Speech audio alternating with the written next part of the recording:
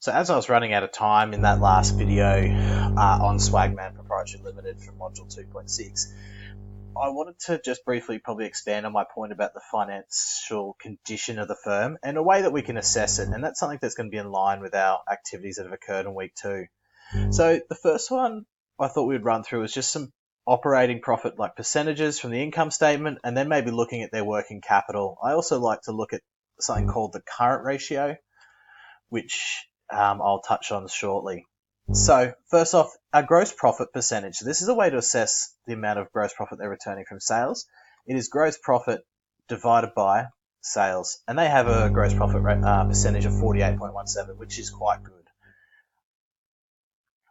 Then we'll have operating profit percentage, which is that operating profit into sales, and that shows an operating profit percentage of 22.86%.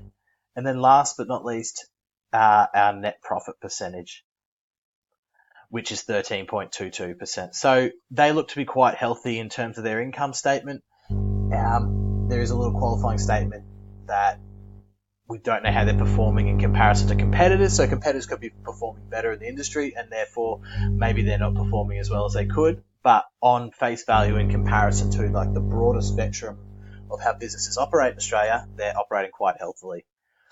Net working capital is our current assets less our current liabilities. So, and that gives an indication of the funds that their firm has available for kind of short-term activities and kind of how cash flow is working, and the basis for making short-term decisions and having adequate funds for investing activities like investing in new inventory to keep our income statement ticking over.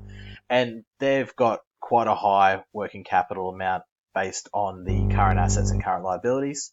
Another one is the current ratio, which is current assets divided by current liabilities of 2.06. Anything that is above 1 is indicative of a healthy firm, and that usually would mean that the net working capital is 0 if the current ratio is 1. So I thought just some background for part C in this question. Feel free to post any questions or maybe some other ratios you think might be applicable to Swagman.